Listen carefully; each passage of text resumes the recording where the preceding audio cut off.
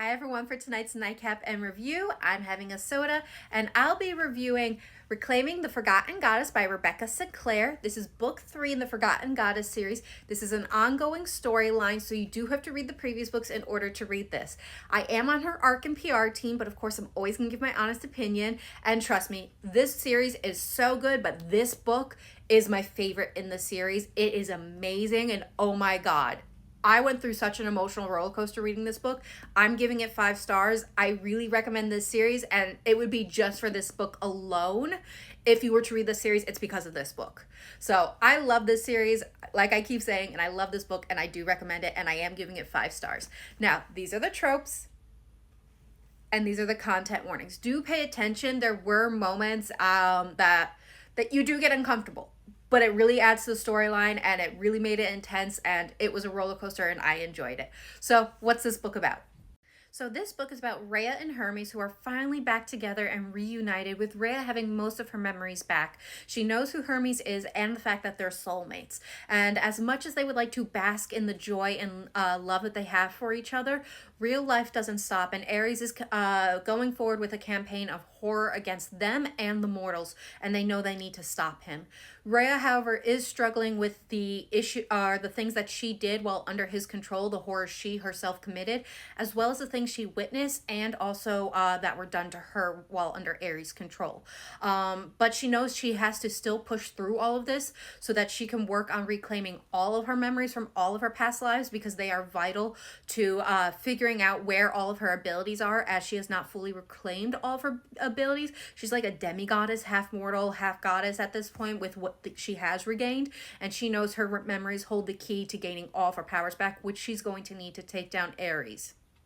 So Rhea and her friends must work through the clues that she left throughout the ages through all of her incarnations in order to regain her magic and abilities. The thing is, there is still a traitor in the midst that's working against them, and Rhea fears if this traitor and Ares were to succeed, she and Hermes and the world as they know it would not survive another reincarnation. So what are my thoughts on this book? Well, again, I'm giving it 5 stars. And I'm woman enough to admit when I'm wrong. When I made the post that I was currently reading this, I did put a little tag in there saying, like, everyone is saying this book is going to ruin me. Well, bring it. Well, the book brought it, okay? I was an emotional wreck when I finished this book. I was not okay. I would like to say I just couldn't put this book down, but I did have to put it down a couple times just to absorb what I read. But it was just an amazing book, and I loved it.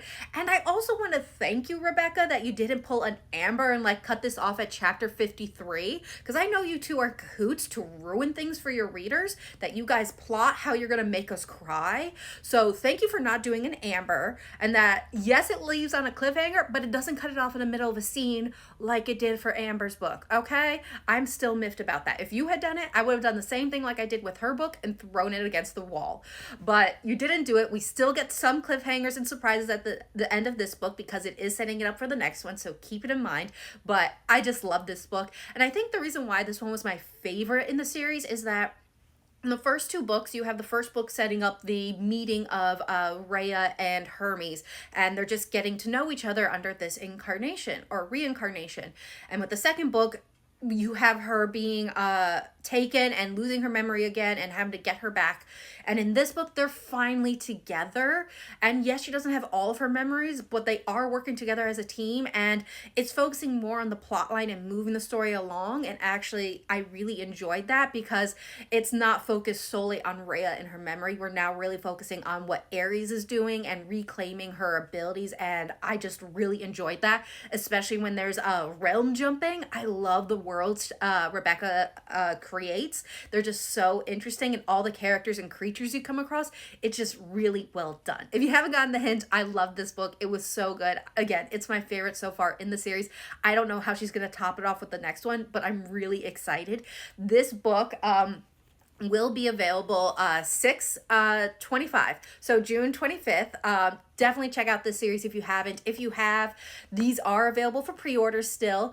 And also, as I understand it, she still has PR boxes available on her website that you can buy, get the same box I got, and some previous books I think still have some PR boxes on there, as well as, not this book, but I think the first book of the series she is making into a special edition that you can pre-order on her website. So if you love the series so much and have only read it in ebook, or you like the paperback still and you want to get the special editions, definitely go check out her site. Again, this book will be available $6.25. It's an amazing series. If you've been sleeping on it, check it out. You won't regret it. And I hope everyone has a good night and happy readings.